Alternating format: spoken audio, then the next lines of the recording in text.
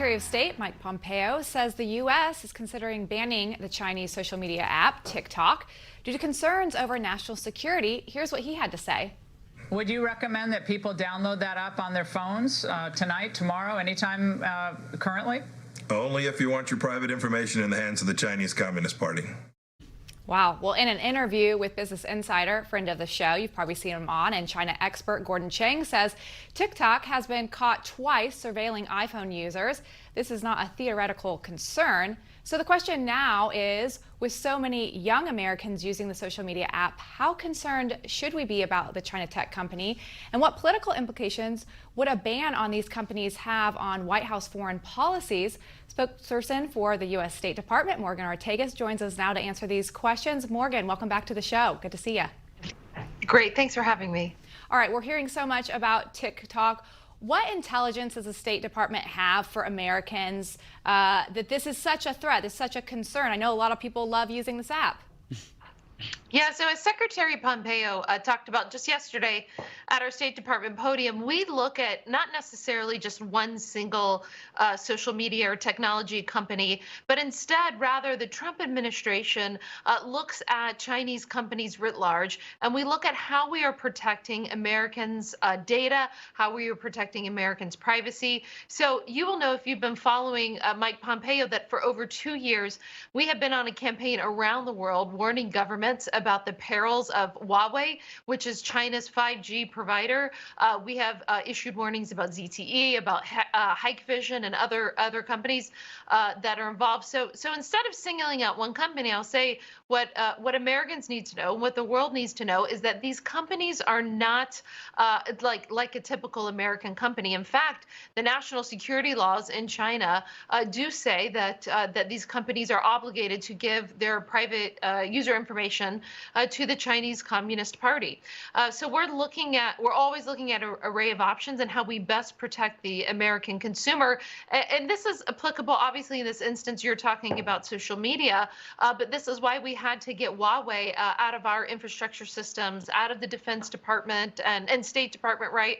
So this stuff is a long and ongoing, continuing process. Morgan, I know you don't want to get ahead of Secretary Pompeo, but should we expect some action? I mean, in terms of it being imminent? I mean, what's your sense on this? And, there's going to be, the media is going to write headlines about Donald Trump took away TikTok. You know that's coming.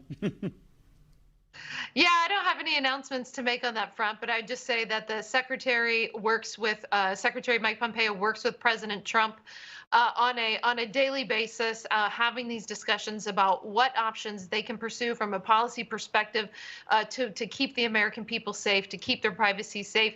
And I think what's important, again, if we look at this in broader context, what's important for your viewers to remember is that the ideals that Western countries, that democracies, that freedom-loving people care about are not the same ideals that China or North Korea or Iran or other countries espouse. And that matters when making business decisions. The World Health Organization has been up front in the news lately with President Trump moving forward with pulling funding. Europe has said we should reform the World Health Organization. We need them right now. Why not reform? Why pull funds? Yeah, we have tried reform. We've tried that for decades, actually. I think it's important for your viewers to know that the American people are the most generous people on the face of this planet when it comes to funding of global public health. We're at close to $200 billion over 20 years for global public health, right? And there is just no country that comes even close. But we know a couple facts. We know that the WHO screwed up on COVID-19.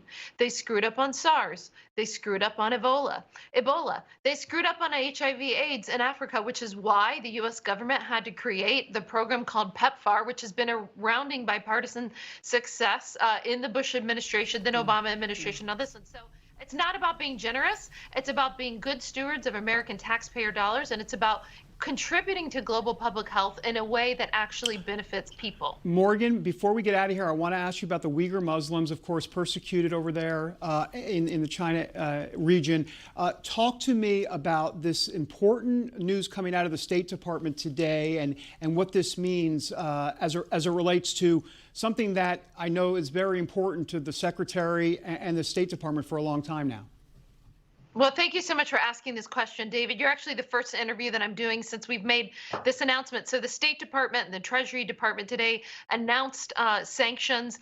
Treasury Department has global Magnitsky sanctions. State Department has our own authorities. These are on 3 Chinese Communist Party officials who are involved in these gross human rights abuses in Xinjiang. So what does that mean? That means that these officials are involved in putting at least 1 million Muslims, 1 million Uyghurs, which is an ethnic group in Xinjiang, in these camps, forcing them not to be able to abide by the practices of their religion. We also had reports from a German researcher last week that the women in these camps are undergoing forced abortions, forced sterilizations. This is one of the grossest things that we have seen since World War II. And the Trump administration is the only government on the planet to actually take action to hold Chinese Communist Party officials accountable for what happened in Xinjiang. Morgan, really appreciate your work in that and what the State Department is doing to hold them accountable. So great to have you on. Thanks for your insights. Thank you, guys. All right, well, up next, should our nation's kids go back to school in the fall? Indiana Congressman Jim Banks is here to answer that when we return.